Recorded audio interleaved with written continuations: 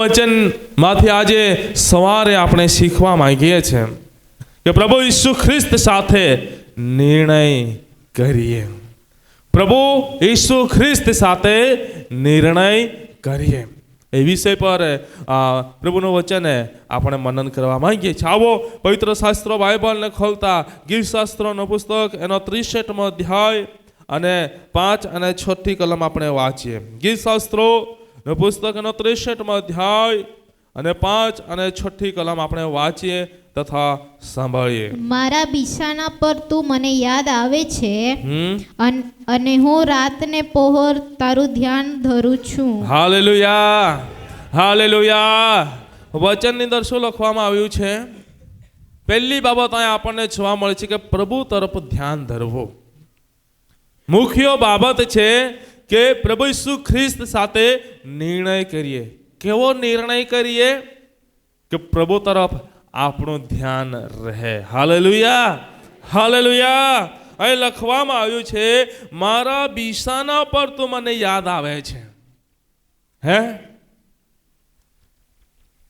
દાઉદ ભક્ત કહે છે કે પ્રભુ તું મારા બિછાના પર તું મને યાદ આવે છે અને હું રાતને પહરે તારું ધ્યાન ધરું છું. Hallelujah, hallelujah. તો પહેલી બાબત આપણે એ જોવા માંગીએ છીએ કે પ્રભુ તરફ આપણું ધ્યાન ધરવું.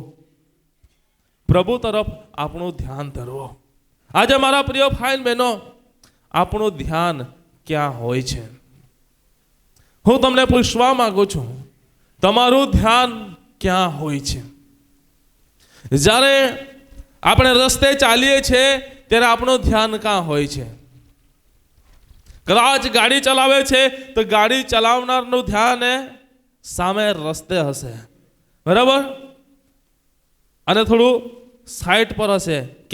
કેમ કે કદાચ સાઈડ પરથી કંઈક આવી જાય તો, કદાચ સામે કંઈક અચાનક બ્રેક મારી દે તો શું એનું ધ્યાન સંપૂર્ણ એ સામે અને આજુબાજુ થોડું ધ્યાન આપીને ચલાવતો હશે. સંપૂર્ણ એનું ધ્યાન એ ગાડી પર હશે. કેમ કે ગાડી ચલાવી રહ્યો છે, ગાડી એ ચલાવી રહ્યો છે. મારા પ્રિય ભાઈ બહેનો, ઘણી વાર આપણે ખેડૂત તરીકે ખેડૂતનું ધ્યાન ક્યાં હોય છે? ખેતીની અંદર હોય છે. ખેતીની અંદર હોય છે. ખેડૂત તરીકે ખેડૂતનું ધ્યાન એ ખેતીની અંદર હોય છે. અહીંથી 1000 કિલોમીટર કેમ ના ફરવા જશે, પરંતુ જ્યાં ખેતી હશે ને જ્યાં સારો પાક કરેલો છે ત્યાં જઈને ઉભા રહીને નિરીક્ષણ કરશે. હા, આવી રીતે કર્યું છે. શું એમનું ધ્યાન ત્યાં ખેતીમાં છે, પાક પર છે કે આ કેવી રીતે કરતા છે ખેતી, આ કેવી રીતે પાકને ઉપજાવતા છે, પાકને કેવી રીતે ઉપજાવતા છે. શિક્ષક હોય, શિક્ષકનું ધ્યાન ક્યાં હોય? શિક્ષકનું ધ્યાન ક્યાં હોય છે? શિક્ષકનું ધ્યાન બાળકોને ભણાવવાના માટે એમના પુસ્તકો પર ધ્યાન હશે. હે, જે શિક્ષક પુસ્તક પર ધ્યાન ના આપશે એ બાળકને ભણાવી શકશે નહીં. કેમ કે જ્યાં સુધી એ શિક્ષક છે, જ્યાં સુધી પુસ્તક પર ધ્યાન ના આપશે ત્યાં સુધી એમને ત્યાંથી કંઈક શીખવાનું મળશે નહીં, અને શીખવાનું મળશે નહીં તો શીખવાડી શકશે નહીં, યોગ્ય ઉપદેશ આપી શકશે નહીં, યોગ્ય શિક્ષણ આપી શકશે નહીં, યોગ્ય ગુરુ એ બની શકશે નહીં. પરંતુ શિક્ષકનું ધ્યાન સંપૂર્ણ એના પુસ્તક પર હોય છે ત્યારે એ સંપૂર્ણ પ્રમાણે એ શીખવી શકે છે, શીખવી શકે છે. કદાચ મારા પ્રિય ભાઈ બહેનો, આપણે જોઈએ દારૂ પીનારનું ધ્યાન ક્યાં હોય? સવારે ઉઠે એટલે દારૂ પર હોય કે નહીં? બ્રશ કરે કે નહીં કરે? બરાબર. બહેનો ઘણી બધી હશે, એમના પ્રિય ધર્મપતિ એમના સામે ઉદાહરણ હશે, બરાબર. શું સવારે ઉઠે એટલે ક્યાં ધ્યાન જાય? ચાય પી લેત રાખે નહીં, ચાય પાંચ पिया जा पड़ी है, कहा ध्यान चाहता है. ધ્યાન એમનું ત્યાં છે. બ્રશ કર્યો કે નહીં કર્યો ને ઉઠીને નીકળી જાય, ઉઠીને નીકળી જાય. ને જો દારૂ પીએ તો જ સારું લાગે, અને સાથે એને લઈ પણ આવે ને તો જ ઘરે આવીને ખોરાક ખાવા માટે બેસે. શું એનું ધ્યાન સંપૂર્ણ ત્યાં છે, એમનું ધ્યાન સંપૂર્ણ ત્યાં છે. રસ્તે ઘણી વાર ચાલતા હોય, જેવો સંસારિક દુનિયાની અંદર જીવી રહ્યા હોય, કદાચ કઈ કે બેન મસ્ત તૈયાર થઈને જતી હોય તો જુવાનોનું ધ્યાન એ જુવાન દીકરીઓ પર જતું હોય. જાય કે નહીં? સાચી વાત છે. અને કદાચ કઈ કે જુવાન દીકરો મસ્ત ગાડી લઈને આવ્યો, કાઢતો ન, એટલે જુવાન દીકરીનું ધ્યાન ક્યાં જાય? ત્યાં જવાનું કે નહીં? પછી લાલ થૂપે કા પીળા થૂપે, બાકી ધ્યાન ક્યાં જવાનું છે? જોવાનું છે. ધ્યાન, એમનું ધ્યાન ત્યાં જવાનું છે. હું તમને કહેવા માંગુ છું, આજે આપણું ધ્યાન ક્યાં છે? આપણું ધ્યાન ક્યાં દોરાય છે? આપણું ધ્યાન ક્યાં દોરાય છે?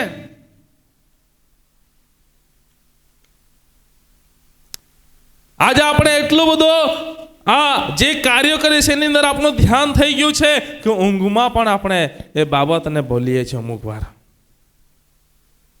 ઊંઘમાં પણ બોલીએ છીએ. કદાચ કઈ કે શાકભાજી, અમે એક ઉદાહરણ આપવા લેते हैं. કદાચ શાકભાજી કાયમ વેચા જતા રહે, સવારે ઉઠે એટલે શાકભાજી, આંધળા પડે ત્યાં તો શાકભાજી વેચે, બરાબર? तो रात भी अमुक बार नींद में चाल कई बोला जाए, कहा कच्चा तो धंधो है, कहा कच्चा तो धंधो है. रातिया भी आखिले 5 रुपये किलो 10 रुपये किलो आखी देते, बराबर?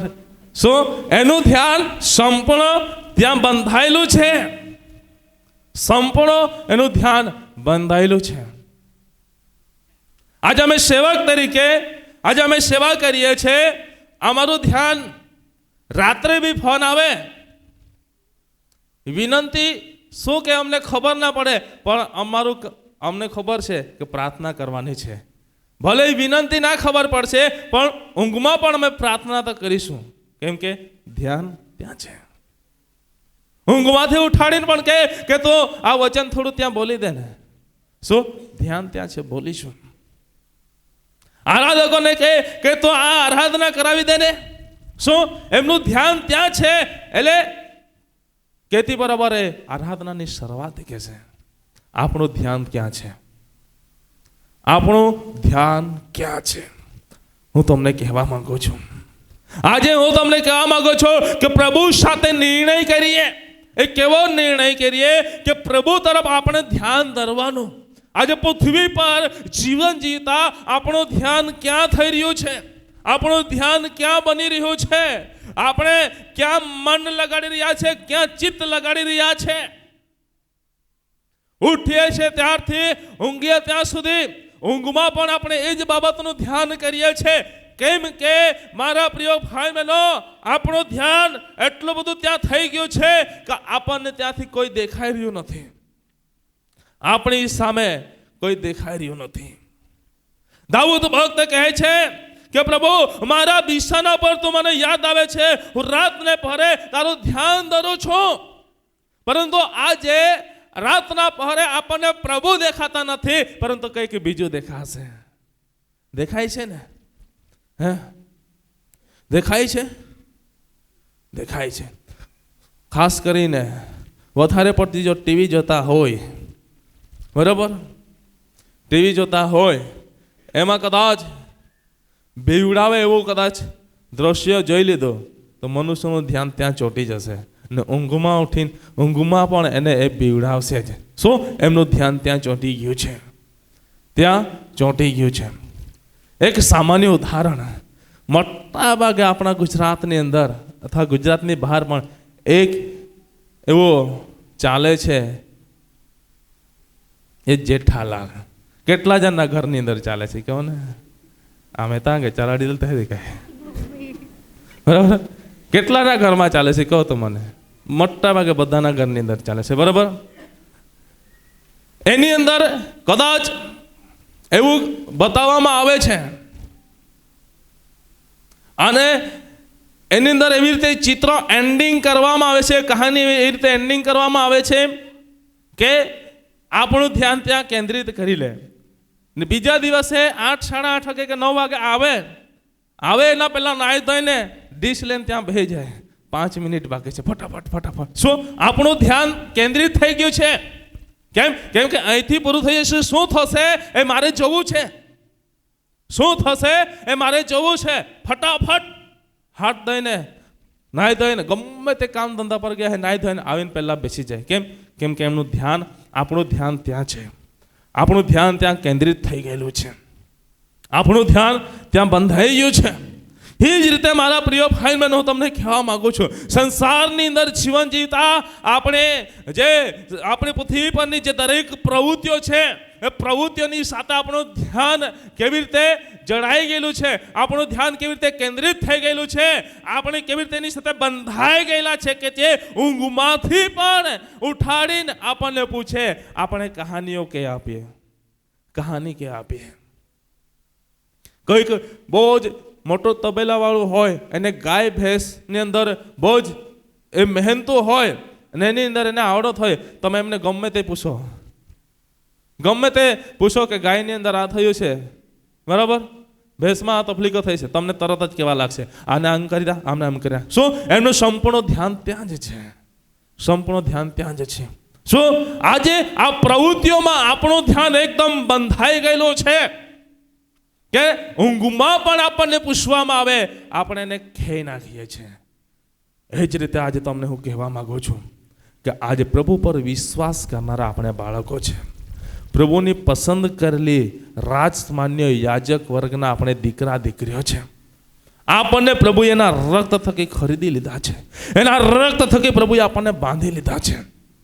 હું તમને કહેવા માંગુ છું કે આપણું ધ્યાન એ પ્રભુ તરફ હોવું જોઈએ. હાલેલુયા. આપણું ધ્યાન એ પ્રભુ તરફ હોવું જોઈએ. દાઉદ ભક્ત કહે છે કે મારા બિછાના પર તો મને યાદ આવે છે.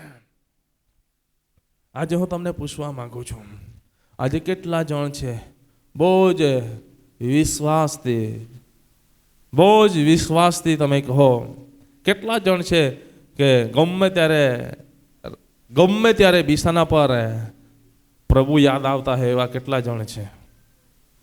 ગમે ત્યારે આંખ ખોલતાની સાથે પ્રભુ, બરાબર, ગમે ત્યારે ઊંઘમાં પણ પ્રભુ.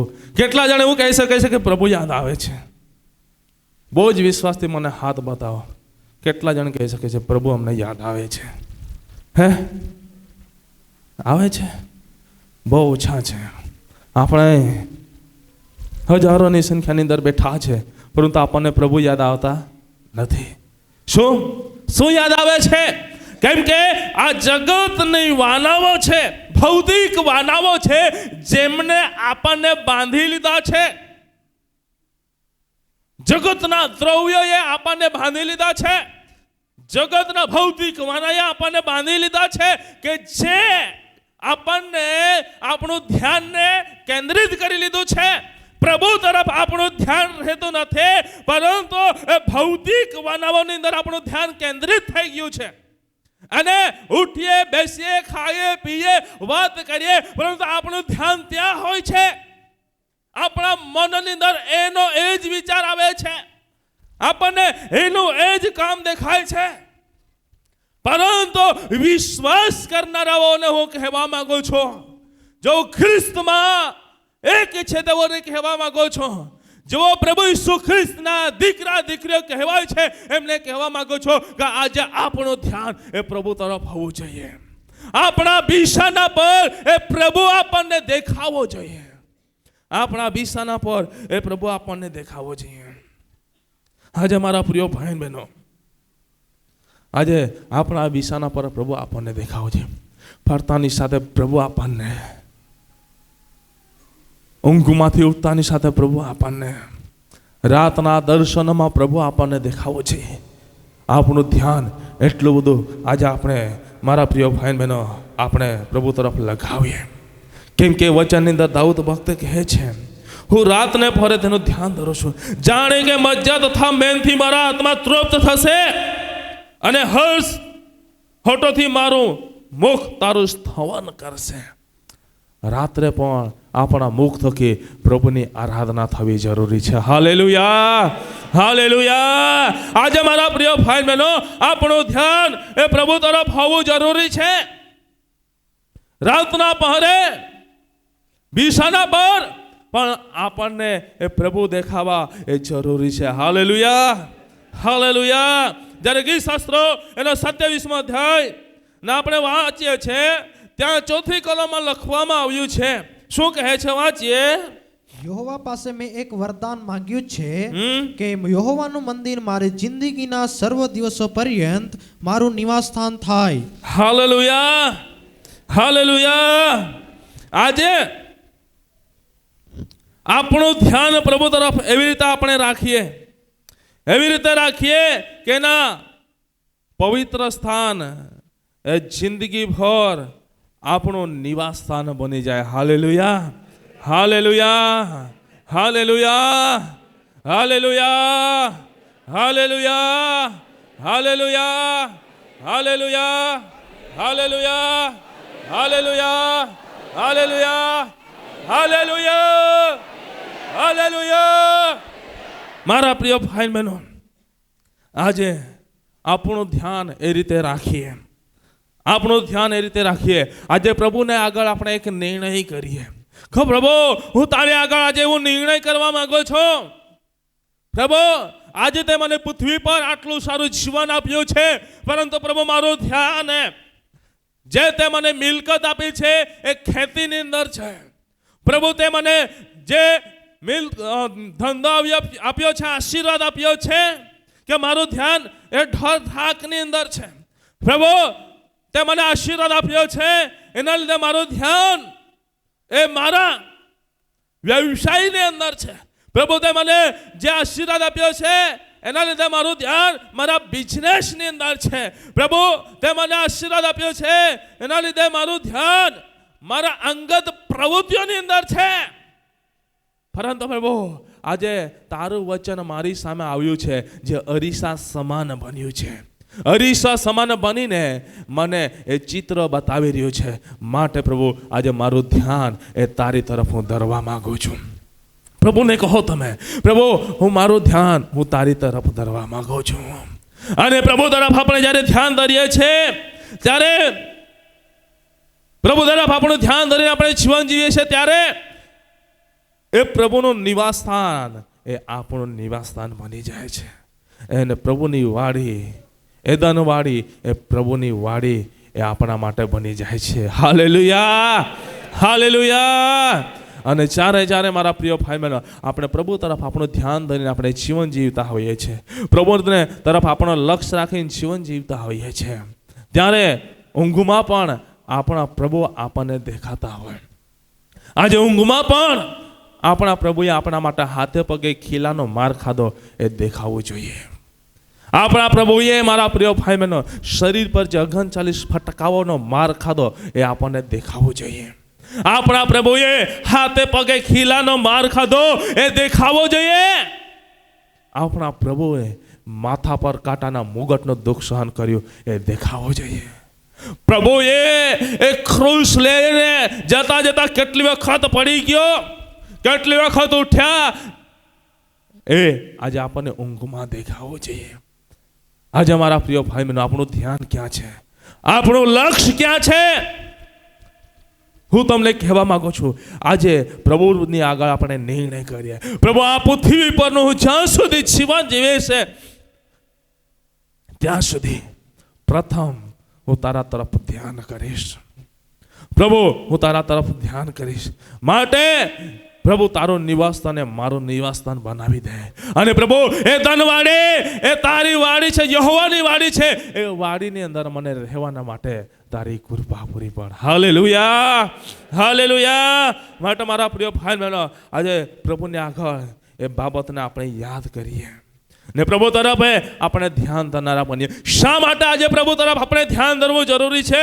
પ્રભુના વચનની અંદર લખવામાં આવ્યું છે, ગીત શાસ્ત્ર 26:8 કહે છે, હે યહોવા, તારું મંદિરનું આંગણો તથા તારા ગૌરવવાળી જગા મને પ્રિય લાગે છે. આજે એ માટે આપણે પ્રભુ તરફ ધ્યાન દરવું જરૂરી છે કે આજે મારા પ્રિય ભાઈ બહેનો એ પ્રભુની જગા આપણને પ્રિય છે, આપણા માટે પ્રિય છે, આપણા માટે પ્રિય છે. ઘણી બધી જગ્યા પર આપણે જોઈએ છીએ, ઘણી બધી રીતે આપણા જીવનની અંદર કેટલીક બાબતોનો આપણે અનુભવ કરીએ છીએ. હું તમને કહેવા માગું છું મારા પ્રિય ભાઈ બહેનો, જ્યારે જ્યારે આપણે ઘરે હોઈએ છીએ ત્યારે આપણને ઘરની અંદર અશાંતિનો અનુભવ થાય છે. પરંતુ અહીં ઘણા બધા ભાઈ બહેનો છે કે જેઓ પવિત્ર મંદિરની અંદર આવે છે ને, આવતાની સાથે એમને શાંતિ મળી જાય છે અને ઘણા બધા શાંતિ મળી જાય છે એટલે આરામ પણ કરી લે છે. પણ જ્યારે ઘરે જાય છે ત્યારે એમને આરામ મળતો નથી. કેમ? કેમ? કેમ કે ઘરે અશાંતિ છે. આજે હું તમને કહેવા માંગુ છું, જ્યારે આપણું ધ્યાન પ્રભુ તરફ હોય છે અને પ્રભુ તરફ ધ્યાન ધરીને પ્રભુને આપણે લક્ષ્યમાં રાખીને જ્યારે જીવન જીવતા હોઈએ છીએ, ત્યારે મારા પ્રિય ભાઈ બહેનો, હું તમને કહેવા માંગુ છું, એમનું નિવાસસ્થાન એ આપણું નિવાસસ્થાન બની જાય છે અને એ જગ્યા આપણને પ્રિય લાગે છે, પ્રિય લાગે છે. આજે હું તમને કહેવા માંગુ છું, આજે પ્રભુ તરફ એ રીતે આપણે ધ્યાન ધરનારા બની જઈએ, એ રીતે ધ્યાન ધરનારા બની જઈએ કે આપણને એ પ્રિય લાગવી જોઈએ.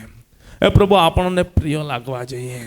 આપણા મુખમાંથી ગમે ત્યારે હાલેલુયા શબ્દ પ્રભુ ઈસુ ખ્રિસ્તનું નામ નીકળવું જોઈએ, પ્રભુને મહિમા આપતા શબ્દો નીકળવા જોઈએ. એ રીતે આજે આપણા મુખને પ્રભુને આપણે પ્રિય બનાવી લઈએ આપણા જીવનની અંદર. આજે આપણા જીવનની અંદર આપણો પ્રભુ પ્રિય નથી, આપણું ધ્યાન પ્રભુ તરફ નથી, માટે આપણા મુખમાંથી ગમે તેવા શબ્દ નીકળી જાય છે, ના સાંભળવા જેવા શબ્દ નીકળી જાય છે, ના જોવા જેવી દ્રષ્ટિ બની જાય છે. પરંતુ તમને કહેવા માંગો છો, સંપૂર્ણ ધ્યાન પ્રભુ તરફ રાખીએ, સંપૂર્ણ ધ્યાન પ્રભુ તરફ રાખીએ. અને મારા પ્રિય ભાઈ બહેનો, તો ચોક્કસ પ્રભુની જગ્યા આપણા માટે પ્રિય બની જશે. આજે આપણને અહીં ત્યાં કેમ ભટકવું પડે છે? અહીં ત્યાં કેમ શાંતિ શોધવા માટે જવું પડે છે? કેમ જવું પડે છે? જે આકાશ ને પૃથ્વીને ઉત્પન્ન કરતા દેવ છે, શું તમને સાજાપણું ના આપી શકે? ના આપી શકે? નથી આપી શકતા? આપી શકે છે ને? આકાશ ને પૃથ્વીને ઉત્પન્ન કરતા પ્રભુ છે, એ તમને સાજાપણું નથી આપી શકતા? આપી શકે છે. મને ને તમને પોતાની પ્રતિમા પ્રમાણે બનાવનાર પ્રભુ છે, એ શું મને ને તમને સાજાપણું ના આપી શકે? આપી શકે છે.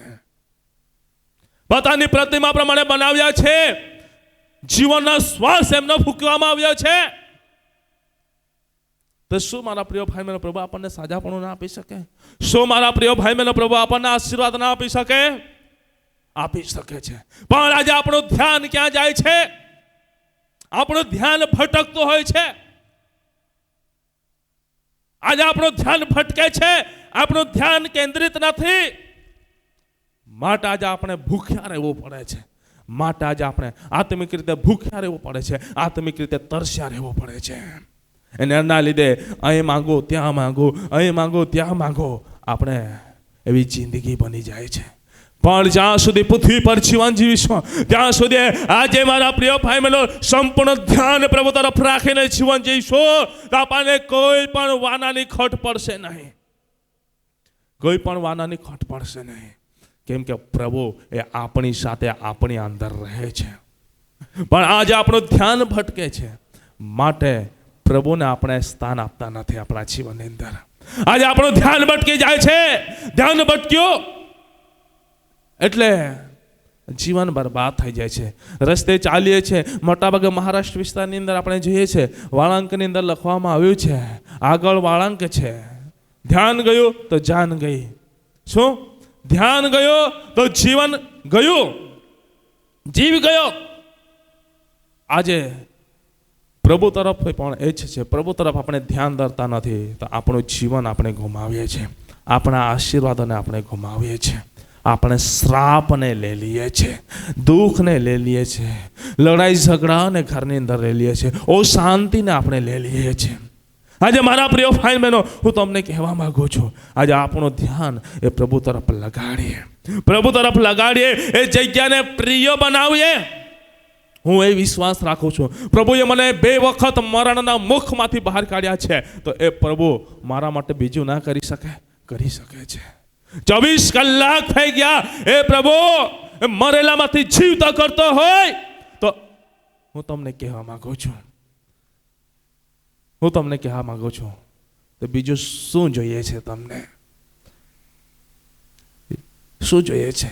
લોકોએ રોડી નાખેલું હોય અને અંતે એની દફન ક્રિયા બાકી હોય અને પ્રભુ ત્યાંથી જીવિત કરતા હોય, તો આપણને બીજું શું જોઈએ છે? શું જોઈએ છે તમને? આજે કેમ છુટકારો મળતો નથી? કેમ આશીર્વાદ મળતા નથી? કેમ શાંતિ મળતી નથી?